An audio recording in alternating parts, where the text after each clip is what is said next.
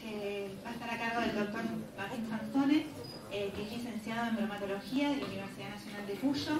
Tiene un máster y doctor en enología y biotecnología de la Universidad Rovira i Virgili de España.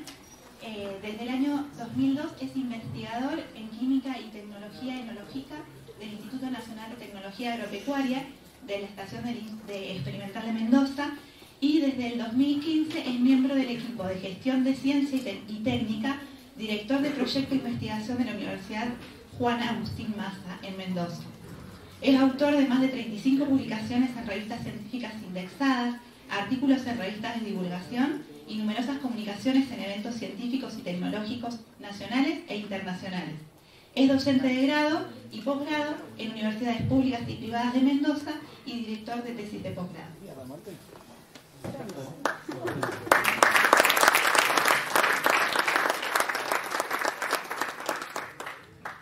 Bueno, muchísimas gracias, Ivana, por la presentación.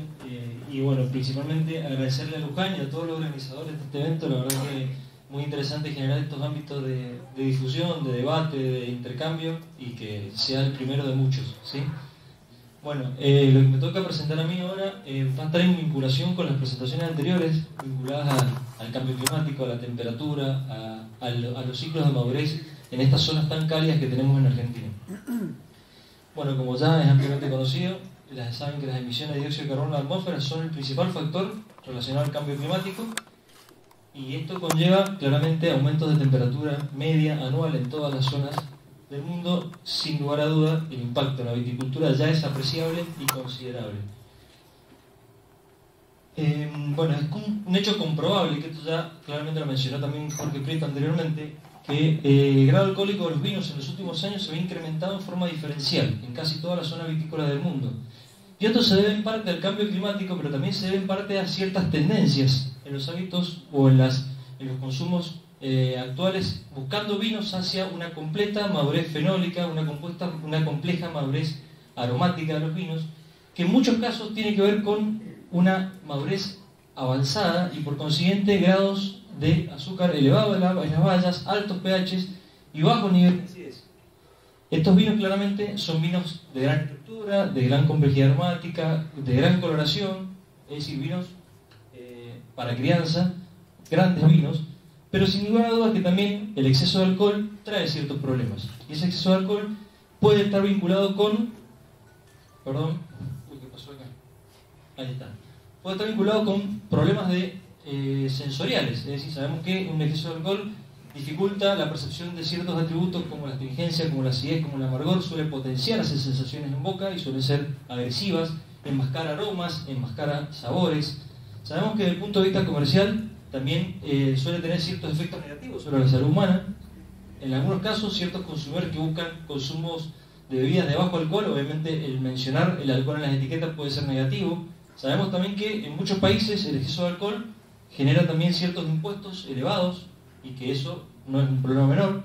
Y desde el punto de vista del proceso de vinificación también tenemos que tener en cuenta que altos niveles de alcohol dificultan el desarrollo normal de la fermentación alcohólica, de la fermentación maloláctica, y conjuntamente con altos niveles de pH es un factor de inestabilidad química, posible inestabilidad microbiológica en el producto final.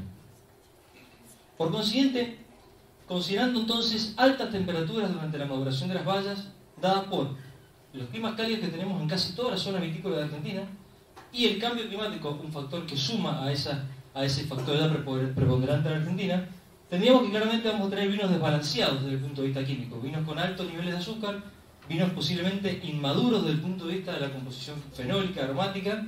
De aquí podríamos tomar como dos caminos, ¿sí? Uno de los caminos podría ser cosechar la uva con el grado alcohólico potencial buscado, es decir, supongamos un grado alcohólico normal de 13 grados de alcohol. En ese caso vamos a tener posiblemente vinos en estas condiciones que no van a tener una estructura muy grande, no van a tener una gran concentración de compuestos volátiles y no volátiles, va a tener un buen pH, una buena acidez, pero posiblemente hay una escasez de metabolitos no sintetizados en ese tipo de bayas. Y en este caso podemos optar por estrategias de extracción, es decir, lograr utilizar alguna estrategia que logre extraer, potenciar la extracción de las partes sólidas al líquido y finalmente al vino, ¿sí? Y la otra, el otro camino que podemos optar es cosechar con la madurez óptima desde el punto de vista fenólico y aromático, es decir, tener un vino, como decíamos recién, con toda la estructura aromática, fenólica buscada, pero acá vamos a tener exceso de alcohol y vamos a tener posiblemente pHs altos. De allí podemos entonces trabajar con estrategias para minimizar el alcohol, es decir, reducir de alguna manera el alcohol, algo mencionó Jorge en la presentación anterior, pero tecnológicamente vamos a presentar un ejemplo de una estrategia de bajo costo, de bajo impacto ambiental, para poder afectar esos dos factores de una manera conjunta. Bien. Entonces, como estrategias para extracción de metabolitos, todos conocemos que las variables que vamos a tener en cuenta durante la maceración, es decir, durante el contacto sólido-líquido en la vinificación, van a ser cruciales. La temperatura, el tiempo, la relación sólido-líquido que se maneja en el inicio del proceso, como así también todos los manejos que se realicen sobre el sombrero de brujos, que es la capa sólida que se forma durante el proceso de vinificación, influye significativamente en esto. Básicamente tenemos tratamientos prefermentativos que pueden ser muy interesantes para mejorar la extracción, aplicación de temperaturas bajas, temperaturas altas, por ejemplo, maceración previa en frío, criomaceración, termovinificación, la flash expansión. Todos los que trabajan en bodega conocen de lo que les estoy comentando, pero tenemos otros procesos que también son térmicos, poco estudiados, de los cuales voy a tratar de mostrar algún ejemplo en este trabajo, que sería, por ejemplo, la aplicación de microondas como proceso extractivo. Y por otro lado tenemos operaciones prefermentativas no térmicas, también muy estudiadas actualmente y que pueden tener un impacto interesante en nuestras zonas, que sería el ultrasonido de alta intensidad. En este caso no tenemos trabajos puntuales nosotros, pero voy a mostrar un poco cuál es el fundamento de esta tecnología y la posible aplicación que tiene en enología. Comenzando por microondas. ¿Qué son las microondas? Aunque parezca muy compleja la figura y con mucha información, básicamente son ondas electromagnéticas de alta frecuencia, de alta penetración. Estamos hablando de frecuencias de 300 MHz y 300 GHz. Las frecuencias que se utilizan en todos los microondas, incluso los domésticos, microondas industriales, son la de 915 MHz y 2450, que es la más utilizada en todos los casos. ¿Y qué es lo que hace la microondas? Al incidir sobre el sustrato, en este caso la uva o el vino y la uva tiene agua. Y esa molécula de agua lo que hacen son recibir esas ondas, generar un calentamiento debido a mecanismos dipolares, mecanismos iónicos, y se produce una fricción interna de esas moléculas de agua que aumenta la temperatura, generando paralelamente a ese aumento de temperatura, que puede ser controlado, una disrupción de los tejidos, una destrucción de paredes celulares, una destrucción de alguna otra tipo de estructura química, modificando la composición de esa materia prima y por consiguiente posiblemente modificando la extracción, que es lo que nosotros buscamos en la vinificación. ¿Qué efectos se han comprobado en algunas publicaciones recientes sobre la matriz uva, vino? Es, por ejemplo, la inhibición de enzimas oxidativas, la disminución de la carga microbiana en la materia prima, lo cual puede ser muy interesante si uno quisiera elaborar un vino con poca adición de anhídrido sulfuroso o sin adición de anhídrido sulfuroso durante el proceso. La extracción eficiente de metabolitos volátiles y no volátiles, es decir, desde los ollejos, sobre todo al jugo y luego posteriormente al vino. Y sobre todo, y quizás lo más importante, es que son equipamientos de bajo costo de inversión, de bajo costo de mantenimiento y muy fácil aplicación y mantenimiento en general, en comparación a las tecnologías que mencionábamos anteriormente de aplicación de frío y de temperatura con otro tipo de estrategia. ¿Y para qué se han utilizado? Se han utilizado para extracción, para pasteurización, para manejo de partes sólidas, pueden ser escobajos, pueden ser borras durante el proceso de fermentación y conservación, para la inactivación enzimática, y también puede ser una técnica de envejecimiento acelerado, para potenciar el envejecimiento en poco tiempo y lograr lo que se lograría mucho tiempo en contacto solamente con la botella. Bien, yo voy a mostrar en este caso un ejemplo puntual de un ensayo que se realizó en nuestro lugar de trabajo, con un equipo multidisciplinario que voy a mencionar, donde evaluamos, en este caso, en primer lugar, el impacto que tenía la radiación de microondas como estrategia prefermentativa en una uva, en este caso una uva Merlot, que fue cosechada en 3 momentos de madurez distintos para ver el impacto que tenía dependiendo de la madurez de la uva, ¿sí? Se trabajó con una madurez de 21 Brix, de 23 Brix y de 25 Brix, y lo que se hizo en ese caso fue aplicar microondas antes del proceso y luego fermentar esa uva en contacto con los sólidos.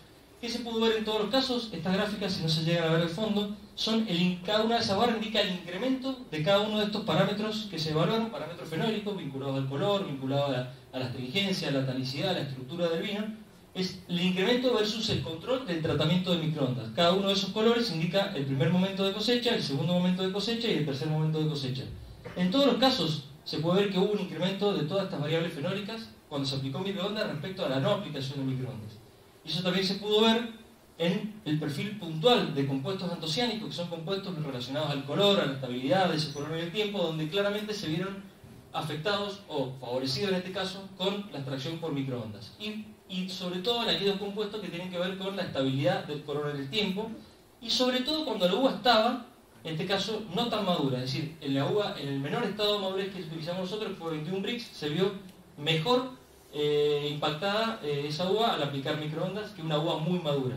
En este caso acaba de aclarar que utilizamos un microondas doméstico, fue el primer estudio que se hizo en el 2013, y evaluamos condiciones, obviamente, hiper piloto, muy pequeñas, pero la idea era ver qué podíamos empezar a emprender en este tema. Luego empezamos a trabajar con un prototipo de equipo industrial de microondas que no es para una matriz vitivinícola, pero que se usa para otras matrices, para inactivar de granos, para poder eliminar enzimas de hortalizas y demás, y nosotros utilizamos con la uva. Tiene una cinta transportadora, esto es una cámara resonante donde se inciden las radiaciones a través de los magnetrones, un sistema de magnetrones, que trabaja una potencia alta, 7600 watts, es un equipo en discontinuo porque hay que cargarlo con bandejas, con uva, luego tomamos la uva por el otro lado del equipo y vinificamos y incubamos, digamos. Esa sería la idea de un equipo discontinuo que no tiene todavía una lógica industrial, pero que transformado esto a otro tipo de equipos podría ser aplicado en una bodega de pequeña escala, mediana escala. En base a este tipo de equipamiento, ¿qué hicimos en un estudio que acaba de ser publicado hace muy poquito? Trabajamos combinando aquí dos estrategias extractivas en una variedad que es una variedad muy importante para Argentina, que es Bonarda, una variedad que tiene en general baja carga de muchos compuestos cualitativos y sobre todo a los niveles de madurez a la que llega esa variedad, y sobre todo en algunas zonas de Mendoza como la que está en pantalla, la zona de la Valle. En este caso trabajamos con 10 tratamientos consistentes en aplicar microondas en las uvas, en una mitad de los tratamientos, mientras que acá, en la otra mitad de los tratamientos, dejamos sin aplicación de microondas. Y combinamos esa a microondas o no aplicada a la uva a la adición de escobajos durante la maceración-fermentación. Escobajos frescos y escobajos tratados por microondas, en ambos casos, 50% y 100% de cada una de esas variables.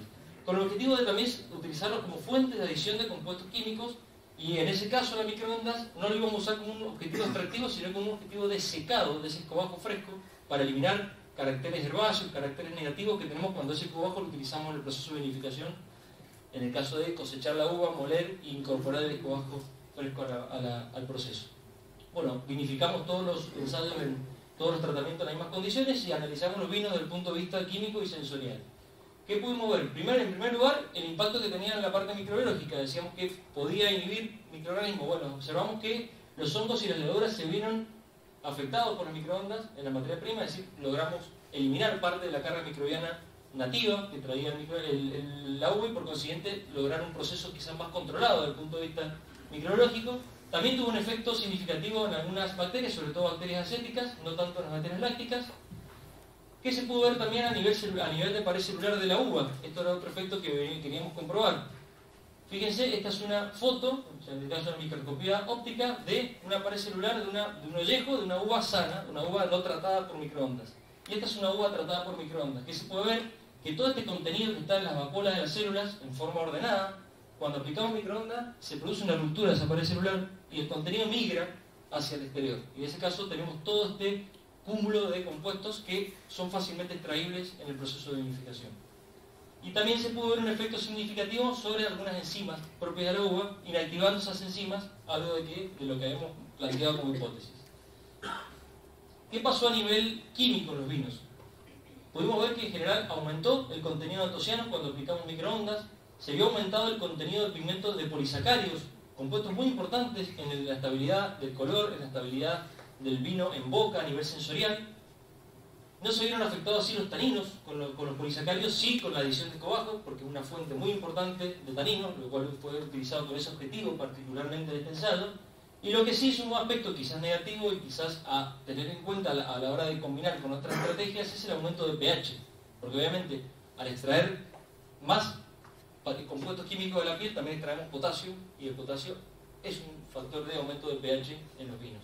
Entonces aquí hay que trabajar con otra estrategia para que ese pH no sea un factor negativo.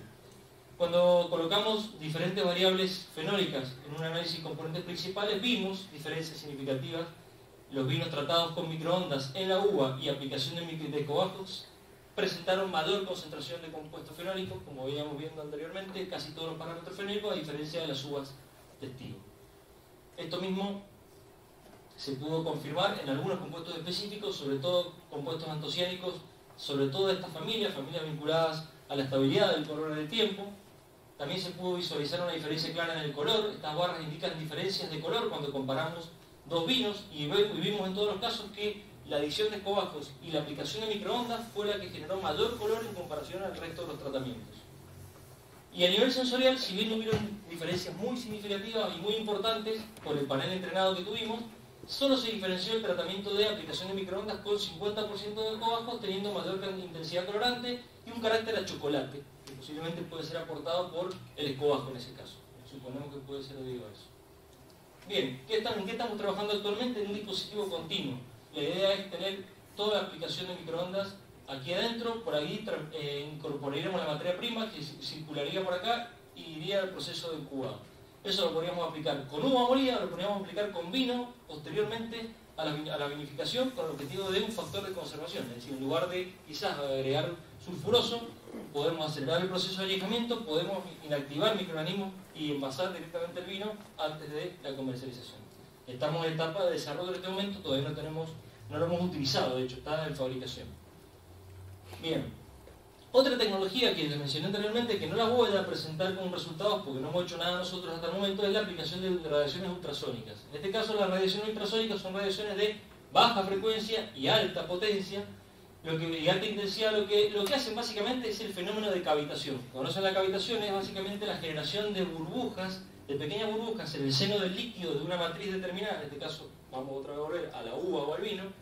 Esas burbujas se van expandiendo y comprimiendo en un ciclo ondulatorio hasta que alcanzan un tamaño crítico en el que implosionan, es decir, se produce el colapso, y en ese colapso se generan grandes temperaturas, grandes presiones, y eso genera grandes modificaciones a nivel de las propiedades físicas y químicas del alimento, y en este caso de la uva. ¿Cuáles serían los efectos? Los que mencioné recién, esas microcorrientes, turbulencias, generaciones de procesos, digamos, físicos y químicos, y sobre todo a nivel de la piel de la uva, que es lo que estamos buscando como técnica extractiva, produce un ablandamiento de los tejidos, la expansión de los tejidos, la liberación del contenido celular de una manera más eficiente, y se podría utilizar también con fines muy similares a las microondas: esterilización, extracción, estabilización, el manejo de borras finas, el manejo de procesos de aceleración de la crianza o de la conservación, combinación, por ejemplo, con estrategias de crianza en madera, acelerar la crianza en madera aplicándole esta tecnología al proceso, y eso conlleva un poco a lo que estábamos viendo de mejorar la eficiencia de extracción cuando tenemos las condiciones que mencioné anteriormente. Y la principal ventaja que tendría esta técnica versus las técnicas comunes utilizadas cotidianamente de extracciones son lo más costo de inversión y funcionamiento en comparación al resto. Son tecnologías que tienen bajo impacto ambiental porque no utilizan gas, ni calor, ni temperatura, ni equipos para bajar la temperatura o subir la temperatura que generen combustibles a partir de residuos fósiles. Tienen un impacto positivo por lo estudiado en la matriz fenólica y aromática de los vinos, y podría ser un factor importante también para conservación y supresión de algunos conservantes naturales utilizados, como todos conocen, el híbrido sulfuroso, que también tiene ciertas propiedades alergénicas y que muchos consumidores en algunos mercados no lo consumen por esa razón, o buscan vinos con menos concentración de ese tipo de compuestos. Por otro lado, decíamos que podíamos entonces, si teníamos una uva madurada con todo el potencial que nosotros queríamos químico, que teníamos mucho azúcar y a la vez teníamos mucho pH, ¿cómo bajamos el alcohol a partir de ese azúcar que naturalmente va a fermentar? Bueno, Jorge explicó claramente las decisiones que se pueden tomar desde el punto de vista vitícola, aplicar estrategias en el campo, también prácticas prefermentativas, sobre las cuales me voy a focalizar en dilución y mezclas, ya les voy a explicar de qué se trata. También se podría adicionar agua, en Argentina no se puede, pero en otros países del mundo se puede agregar agua. Se podrían eliminar azúcares, de toda la carga de azúcar del agua, eliminar azúcar y tener menos concentración de azúcar a la hora de fermentar, o emplear enzimas que transformen el azúcar en otro sustrato que no sea alcohol, en otro compuesto final que no sea alcohol. También podríamos aplicar prácticas microbiológicas, microorganismos modificados genéticamente, o microorganismos no saccharomyces, u otro tipo de estrategias microbianas que tengan menos rendimiento en la producción de alcohol a partir de la cantidad de azúcar que tenemos en el agua, o ya aplicar estrategias netamente tecnológicas post-fermentativas que implican tecnologías de alto costo de inversión, como puede ser la osmosis inversa, como puede ser la nanofiltración, la destilación osmótica, la columna de conos rotatorios, que requieren ya realmente una inversión importante para cualquier bodega. Nosotros nos vamos a centrar rápidamente en lo que es dilución y mezclas. ¿Y de qué se trata esto? Bueno, algo muy simple, algo que no tiene mucha tecnología de por medio, sino que más que nada un aprovechamiento de la propia materia prima. La idea de esto es utilizar uvas inmaduras, es decir, cosechadas en un punto muy verde previamente al proceso, luego utilizarlas para mezclar ese jugo de esas uvas o ese vino obtenido a partir de esas uvas inmaduras con la uva madura que nosotros cosechamos en el momento que decíamos. De esa manera vamos a lograr bajar el pH y bajar el alcohol sin alterar la otra matriz que nos interesa, que es la matriz química a nivel fenólica y aromática. Es algo que es una práctica que se ha usado hace mucho tiempo, pero que no se está usando últimamente, y comenzamos a estudiarla y hemos tenido resultados muy interesantes, tanto a nivel experimental como a nivel industrial. Están aplicando en bodegas de alto volumen, de hecho hasta en cooperativas que trabajan con volúmenes realmente gigantescos, como una base ácida y como una base de bajo rendimiento en alcohol, para poder combinar con vinos obtenidos a partir de uvas maduras. Y acá voy a mostrar un ejemplo de un trabajo también que se hizo en conjunto con una bodega de Mendoza, finca patagónica, bodega Tapiz. Nosotros partimos de, primero, un Chardonnay, una uva que podría haber sido cualquier uva. Usamos Chardonnay porque era la primera uva que teníamos para poder cosechar en el invero, la cosechamos en verde, con un nivel alto de acidez, con un bajo nivel de azúcar. Y en este caso lo que hicimos fue vinificarla en blanco, es decir, esa uva la prensamos y hicimos un vino. Pero nosotros la llamamos vino verde porque era un vino que tenía poco alcohol y tenía mucha acidez. Ese vino lo utilizamos para reemplazar mosto de uvas maduras que a nosotros nos interesaban bajar el nivel de alcohol. Y para eso el ensayo consistía en este caso, utilizar una uva Malbec cosechada en el punto de madurez que nosotros buscábamos de alcohol, llegar al nivel de 13% de alcohol que suponemos y después confirmamos que no tenía la completa madurez fenólica que buscábamos. Y la combinación o la estrategia que se combinó acá con la uva inmadura fue fermentar con 3 tipos de levadura. Una levadura comercial, una levadura nativa, que estaba seleccionada porque producía menos rendimiento en alcohol, y una levadura no Saccharomyces combinada con una Saccharomyces. Esto lo hicimos con la uva cosechada a un punto de madurez más bajo, con la uva cosechada al punto de madurez buscado, que eran 14 grados de alcohol, 14,5, 15 grados de alcohol, y luego lo que hicimos es que la uva que cosechamos a este nivel de madurez, le sacamos parte del jugo, alrededor de un 20%, y la reemplazamos por el vino verde, en todas las combinaciones, en la combinación con las 3 levaduras utilizadas. Y queríamos ver qué pasaba si logramos obtener un vino con esta estructura fenólica y aromática, pero con este nivel de alcohol. Esa era la idea. Bueno, pudimos ver que en general hubo un efecto significativo, bajamos alrededor de 1,5 grados de alcohol, bajamos el pH alrededor de 0,2-0,3 unidades con los tratamientos de uva inmadura, aumentó la acidez en todos los casos. ¿Qué pudimos ver también? Que hubo una concentración de compuestos fenólicos similares en el tratamiento con reducción con uva inmadura que el tratamiento que no se había reducido, es decir, logramos mantener la composición fenólica sin alterar esa matriz y bajando el alcohol y el pH. A nivel de color, los vinos que tenían el agregado de esa uva inmadura, de ese vino verde, tenían mayor color que los vinos que habían sido elaborados con la uva testigo. Bueno, también se pudo ver el mismo impacto a nivel de algunos compuestos antociánicos vinculados a la estabilidad del color, como son estos que están aquí, no me voy a detener en los nombres específicos. Y a nivel sensorial se pudo ver que los vinos cosechados al primer punto de madurez eran herbáceos. Los vinos cosechados con un segundo momento de madurez y sin el agregado del vino verde tenían mayor volumen en boca, carácter balsámico, amargo, y los vinos cosechados con el agregado de vino verde presentaron mayor acidez, un mayor carácter frutal, una mayor intensidad de color, una mayor estructura en boca, astringencia, matiz violeta, buscando un poco el objetivo que estábamos persiguiendo. Bien, y por último, acá no voy a mostrar resultados, sino sencillamente voy a mostrar qué deberíamos hacer en el caso de tener altos niveles de pH, cómo regular ese pH y esa acidez. Para llegar a este nivel, que sería ideal, tener un pH menor a 3,6, estabilidad microbiana, estabilidad química, efectividad del anhídrido sulfuroso si queremos utilizarlo como conservante, como inhibidor de microorganismos, que tenga mayor expresión de aroma y demás. Bueno, podríamos aplicar sesiones vitícolas, parte de lo que ya se habló, podríamos aplicar microorganismos que también tienden a poder generar menor pH, o podríamos trabajar con lo que se hace enológicamente siempre, que es corregir con ácidos orgánicos, que puede ser el ácido tartárico, el ácido cítrico, el ácido málico.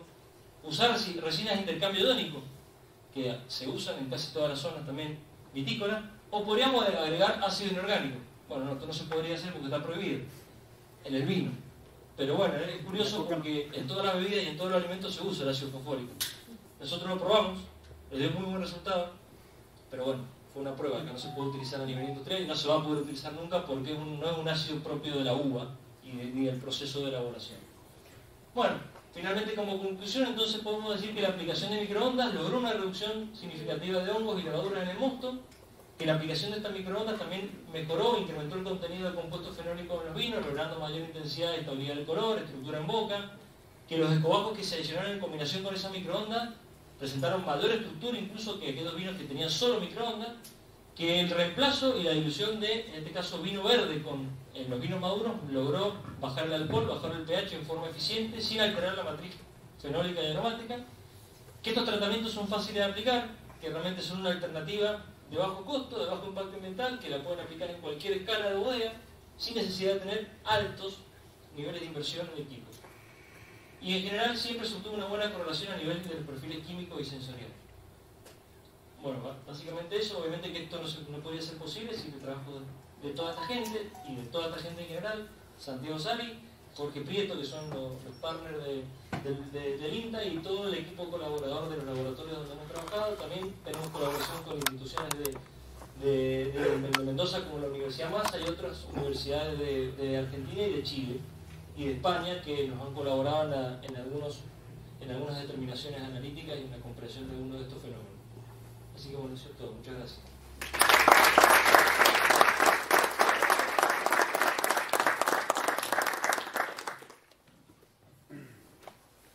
¿Preguntas? Por ahí capaz se pasó una filmina muy rápido. La estabilidad del color, ¿cómo les dio con el microondas en el tiempo?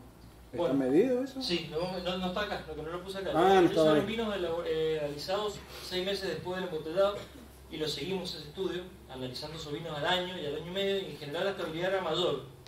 Porque la extracción de estos compuestos o la formación de estas piranoantocianinas o aductos con los taninos, vimos que se habían favorecido.